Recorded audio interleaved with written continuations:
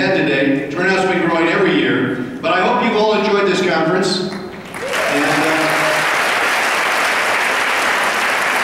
I want to thank our breakout session speakers. I think they did a very good job. And Marie and I would just like to thank all of you again for your attendance. And at this time, it's my distinct honor to introduce this year's conference keynote speaker. Former Secretary of State Condoleezza Rice. From 2005 through 2009, Dr. Rice served as the 66th Secretary of State of the United States, the second woman and first African-American woman to hold this post. And prior to her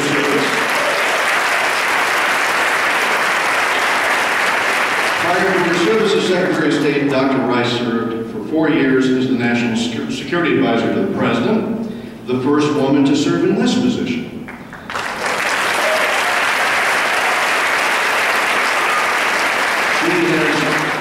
She has held several roles at Stanford University, joining the faculty in 1981, later serving as provost, and today she serves on the faculty of the Stanford Political Science Department and as a faculty member of the Stanford Graduate School of Business, as its director of the Global Center for Business and Economy. And Secretary Rice is an accomplished diplomat, scholar, business leader, New York Times best-selling author of 2 books, and most importantly, America's most wildly enthusiastic football fan.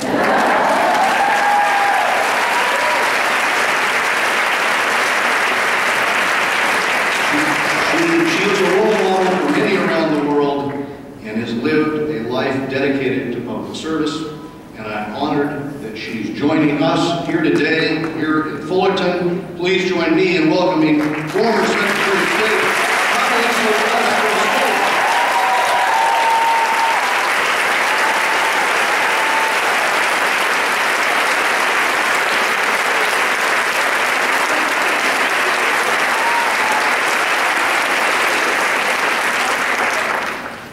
Well, thank you so much for that very warm welcome, that great Southern California welcome, Cal State Fullerton welcome. I want you to know, when you serve on the College Football Playoff Selection Committee, you really can't take warm welcomes for granted. So I really want to thank you very much for that. I want to thank Congressman Royce. Thank you so much for having me here, but especially for your exemplary record of public service. It is not easy to be a public servant for the American people. We're an ornery lot, actually. But I want to thank you for your many years of service, the time we spent together working together on very important problems. Please give the Congressman.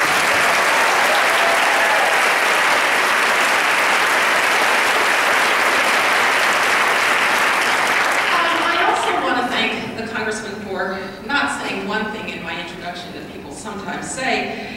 He didn't say, and she's been a faculty member at Stanford for more than 30 years, because I would hope that you would all be thinking, oh my goodness, Stanford hired a faculty member at 11? But in fact, I have been now a Californian for more than 30 years, a proud Californian. This is an amazing state in an amazing country, and that's what I'd like to spend a little time talking with you about, this very special country that we are fortunate to be citizens of, and our responsibilities, and how we think about exercising those responsibilities in a world that is very desperately in need of American leadership. We are seeing a world that is, sometimes it seems coming apart at the seams.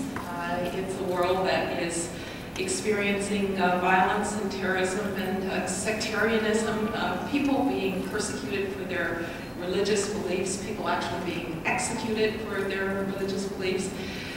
We know that after September 11th, we faced security challenges in places that maybe we couldn't have even found on a map before that, places like Yemen and Somalia, and the horrible things that are happening in Nigeria, especially to girls in Nigeria. We know as women that as some of these trends unfold, underneath, not very far underneath, is the sense that women should not, in fact, be first-class citizens. When you think about the awfulness of the Taliban in Afghanistan, what was one of their most important principles? That girls shouldn't go to school, girls shouldn't read. Because whenever you can prevent people from reading, people from being educated, you can limit their horizons, and then you can control them. And so whenever I would read these stories about girls trying to go to school in Afghanistan and being denied, it would remind me that there was a time in our own country when slaves were not allowed to learn to read. And so we know that some of the trends that are unfolding are particularly bad for women and for girls. But in fact, we have always had an answer to the view that we should go back to a place and a time when people were not treated equally because of gender or because of race. And it's been a long and hard journey, not just for the world, but for our country. And as I would go around the world and I would hear people talk about the United States of America, they would very often talk about what we do in the world. That our great military power, and by the way, military power that is represented by young men and women who volunteer. They volunteer to defend us.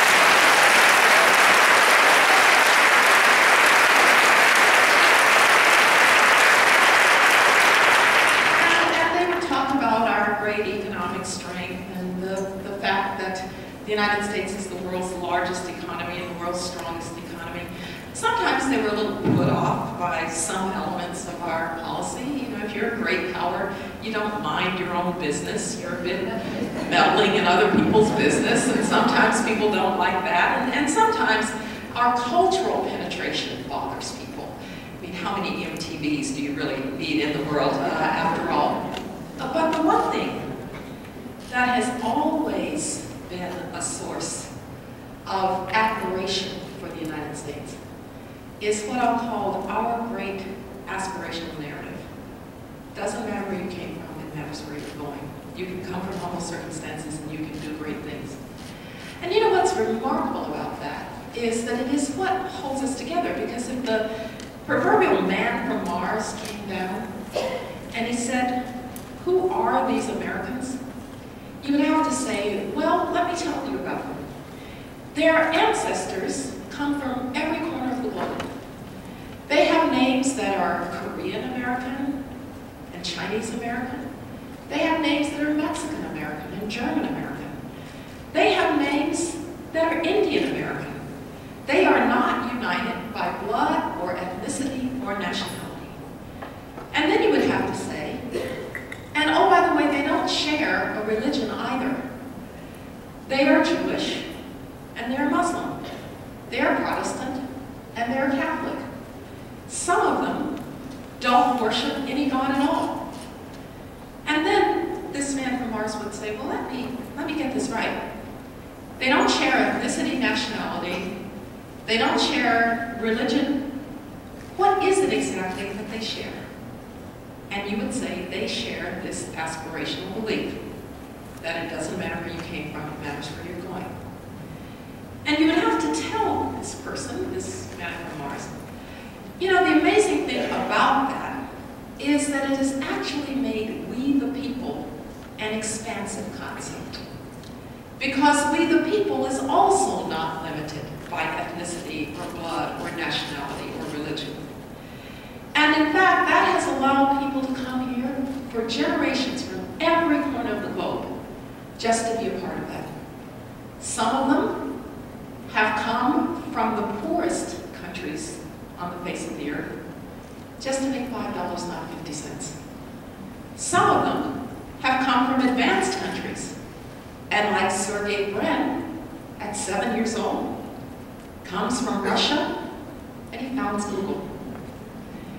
They are, we are, a nation of immigrants. Because people have believed that we the people can include them too. And that's given us something special to say to a world that sometimes believes that difference is a license to kill.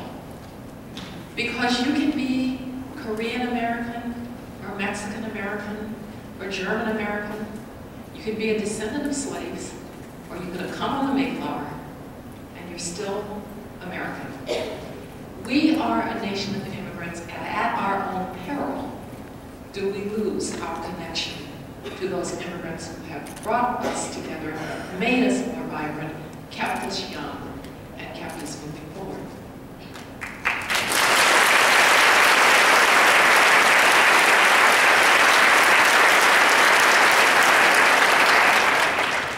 But we also would say, these Americans, we the Americans, are a people that were also not trapped by their circumstances of birth.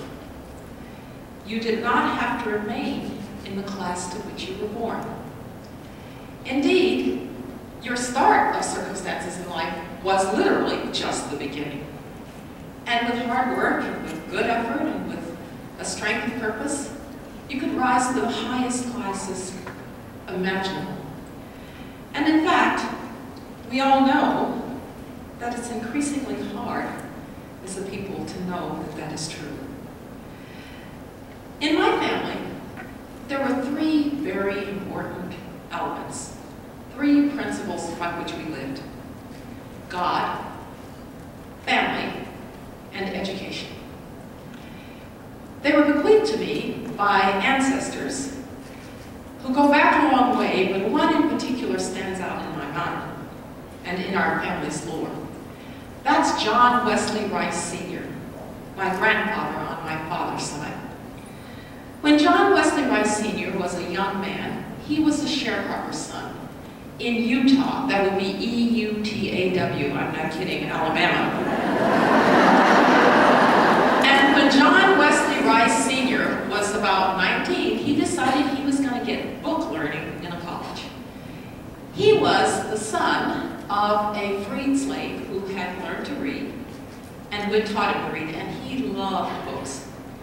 So John Wesley Royce Sr. kept asking people who came by, how could a colored man go to college? They said, well, you see, there's this little Presbyterian school, and it's just down the road, and it is called Stillman College, and you can go there. So he went to Stillman College, saved up his cotton, made his way through his first year of school, and then they said, so how are you going to pay for your second year of college? He said, well, I'm out of cotton. They said, well, you're out of luck. But thinking quickly, he said, so how are those boys going to college? They said, well, they have what's called a scholarship. And if you wanted to be a Presbyterian minister, then you could have a scholarship too. My granddaddy Rice said, that is exactly what I had in mind. And my family has been college educated and Presbyterian ever since.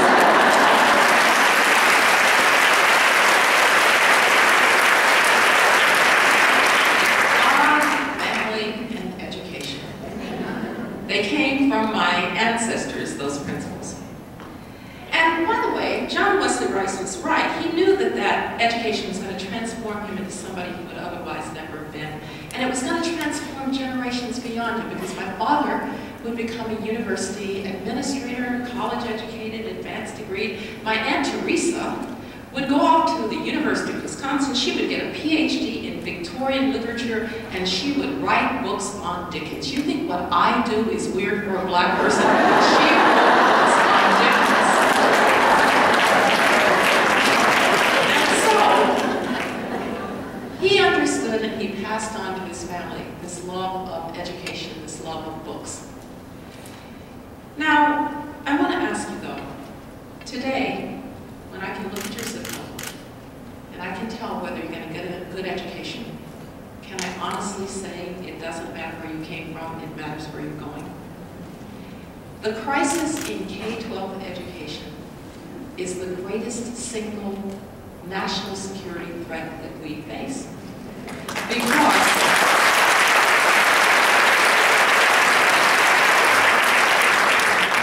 Because if we do not educate the kids who need it most, the kids for whom education is the only way up and out, do you know what's going to happen? they will be unemployed. Because how would you like to try to get a job in this economy when you cannot read? And if you can't read by the time you're in 3rd grade, you're not going to read. And when they're unemployed, they will live on the dole. Not because they want to live on government assistance, they'll have no place else to go. And we'll continue to have the situation we have now. 30% of the people who take the basic skills test to get into the military can pass it. And we will be 2 nations, one capable and one not. And for a country of people not held together by ethnicity or blood or nationality or religion, that will be the death knell of our democracy. We have another element to what it means to be American that is trying to mobilize to help in this way. There's another characteristic of us that the man from Mars would see, and certainly all my friends abroad would tell me about all the time. We're Americans, and say the most individualistic people on the face of the earth. And yes, we're so individualistic that if you violate our rights, then we will take you to court. And if we win, we'll change our laws, Brown versus the Board of Education. But we, the most individualistic people on the face of the earth, there's a paradox. We're also the most communitarian. We're the most philanthropic. We somehow understand that we have not just rights, but we have responsibilities to one another. Individual citizen to individual citizen. And we organize ourselves in voluntary associations to try to help one another. The great French thinker in 1835 named Tocqueville wrote a book called Democracy in America. And one of the things that he noticed was these, as he called them, voluntary associations. Today, we would call them Rotary clubs and Boys and Girls clubs. Today, we would call them faith-based institutions like the Salvation Army. We would be reminded that many of our great institutions of higher learning, our great institutions of healthcare, actually carry the names of people who gave them their resources and their times to make it possible. And we would recognize that the strength of voluntary associations is that they bind together individual citizens to do the common good. And underlying that would be an understanding that we were born into conditions of equality as a country. Because everybody left behind those titles and that land, and they started anew here. But we would understand, too, that there is a great challenge before us. And that is to make certain that there are no weak links among us, because a democracy is only as strong as its weakest link. And that would remind us that that responsibility of one citizen to another continues and gets stronger. That a strong democracy is one in which majorities cannot suppress the minority. And it is a society in which we take a belief that we have these responsibilities to one another to have no weak links. When we do that as a society, we don't fall victim to agreement. Why don't I have? In fact, the more you help somebody who has less, the more you ask yourself, why do I have so much? And we don't fall victim to agreements, twin brother, entitlement. Why don't they give me? Because the minute that agreement and entitlement take over, you have lost control of your circumstances. It's become somebody else's purpose. It's become somebody else's duty to take care of you. Now, going back to my family, I was fortunate to have parents who tried very hard to take their only child, a little girl, and teach her that she might not be able to control her circumstances, but she could control her response to her circumstances. I wrote a book about my parents called Extraordinary Ordinary People, because they were in so many ways ordinary. My dad was at first a high school guidance counselor, later on a university administrator, oh, by the way, and a football coach who thought he was about to have an all-American linebacker, but ended up with a girl. And I always thought that when I got this college football gig, my father, who's gone to the Lord, is probably sitting up there saying, boy, she finally really got an important job. But John Wesley Royce was in so many ways an ordinary person. My mother was a school teacher. A school teacher, by the way, who taught Willie Mays, but she was a school teacher nonetheless. And so I would doubt that my parents between them ever made more than $60,000 between them, although they worked very, very hard. But they were extraordinary because they believed that there were no limits on the horizons of their little girl. And that's pretty remarkable when you realize that I was growing up in segregated Birmingham, Alabama. Let me just remind you that Birmingham, Alabama of the late 50s and early 60s was a Birmingham in which my parents and I could go to a movie theater or to a restaurant. It was the Birmingham of segregated water fountains and bathrooms. It was the Birmingham of 1963, which would become Bombingham, and where I would lose in that church in Birmingham in September of 1963, a little kindergarten classmate. That was the Birmingham in which I grew up. It was the Birmingham of Bull Connor, the police commissioner, and his police dogs, who attacked protesters who just wanted America to be what it ought to be. And yet, in that context, in that environment, my parents said, you're never to think of yourself as a victim, because victims can't control their circumstances. Oh, by the way, they said, you're going to have to be twice as good. And by the way, it wasn't said as a matter of debate, it was said as a matter of fact. I tell my students now at Stanford, you know, it's really not a bad mantra to try to be twice as good, because then you'll work hard and you'll be prepared. It was a family that believed in educational opportunity. I can say without fear of contradiction that there was absolutely nothing that could ever be called an educational opportunity that my parents didn't want me to try. And it was a family that believed in trying to teach their little girl early on that she could be a leader. So much so that at age 4, I was president of the family. An elected position each year. There were no term limits. But the president of the family had real responsibilities, like deciding when we were going to leave the next morning on a family trip and calling a meeting so we could decide the colors we were going to paint the house. And my parents really believed that there were no limitations for this little girl. And I want to spend the last few minutes encouraging each and every one of you, particularly the women in this audience. Guys, you can listen too. First, for yourself. It's important in life to be passionate about something. For me, I've had a couple of different passions. It was supposed to be for me to be a concert pianist. I could read music before I could read. And I studied hard and I went off to college to be a music major.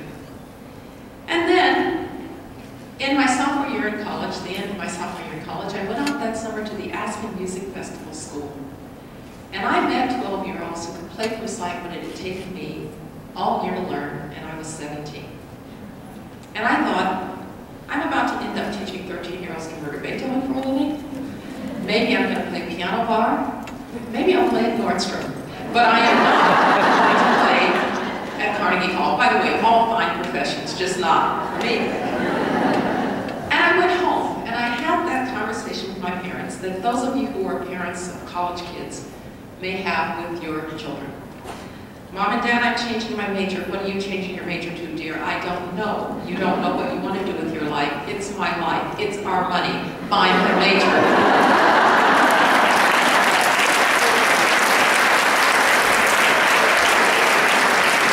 I tried several different pathways. The first was English literature. With all due respect, I hated it. Then it was state and local government. That was practical.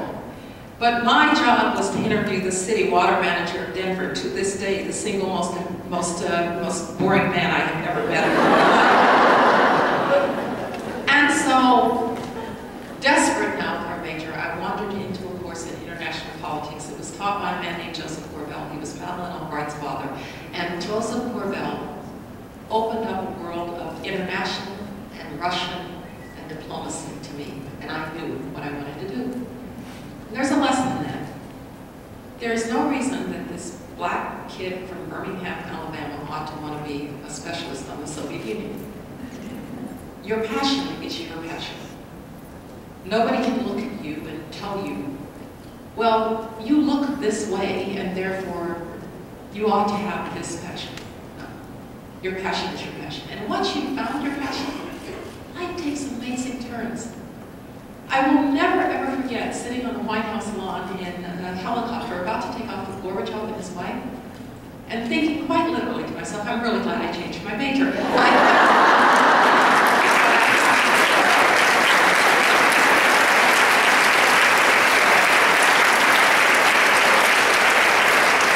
your passion.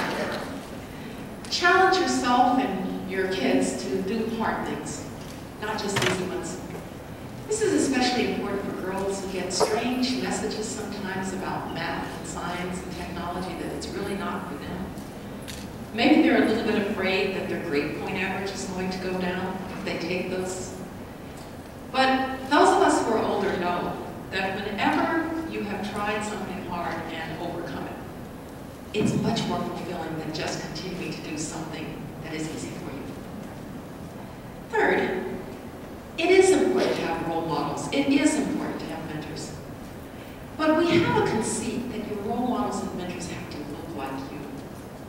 Frankly, if I'd been waiting for a black female Soviet specialist role model, somebody's got to be first. And I was fortunate that I had a lot of wonderful role models and mentors. They were all white men. In fact, a lot of them were old white men. They were the people who dominated my field. Find your role models. Find your mentors. And people who care about you, not just people who look like you. Finally, I think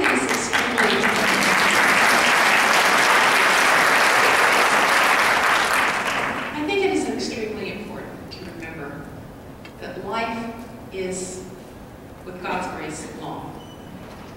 And that you don't have to do everything at once.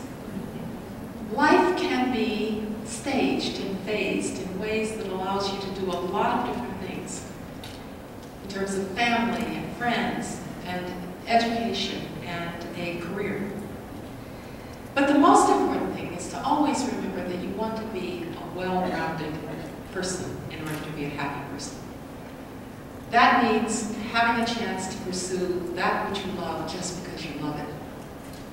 Congressman said, I continue to play the piano. I do. I continue to take lessons because that's really the only way that I will practice. But the most important thing about that is that it is one of those things, maybe the thing, that most fulfills my soul. Finding not just what you're passionate about from the point of view of a career, but finding what fulfills your soul is also an awfully important part of being a happy person. And then, as a happy and fulfilled person, re-engage our great American democracy. I know sometimes it looks tough. It looks like Washington just bickers. It looks like nothing gets done. But it's our democracy. And if we leave it to others, we have no reason to criticize what happens. A great democracy rests on individual responsibilities to individuals and on individual responsibilities to make their government and their nation a little bit better. If we take that on, we're going to reemerge again, not just the strongest, most compassionate face on the country on the face of the earth, but that truly exceptional one that can make the world safer, more prosperous, and more peaceful. Thank you very much.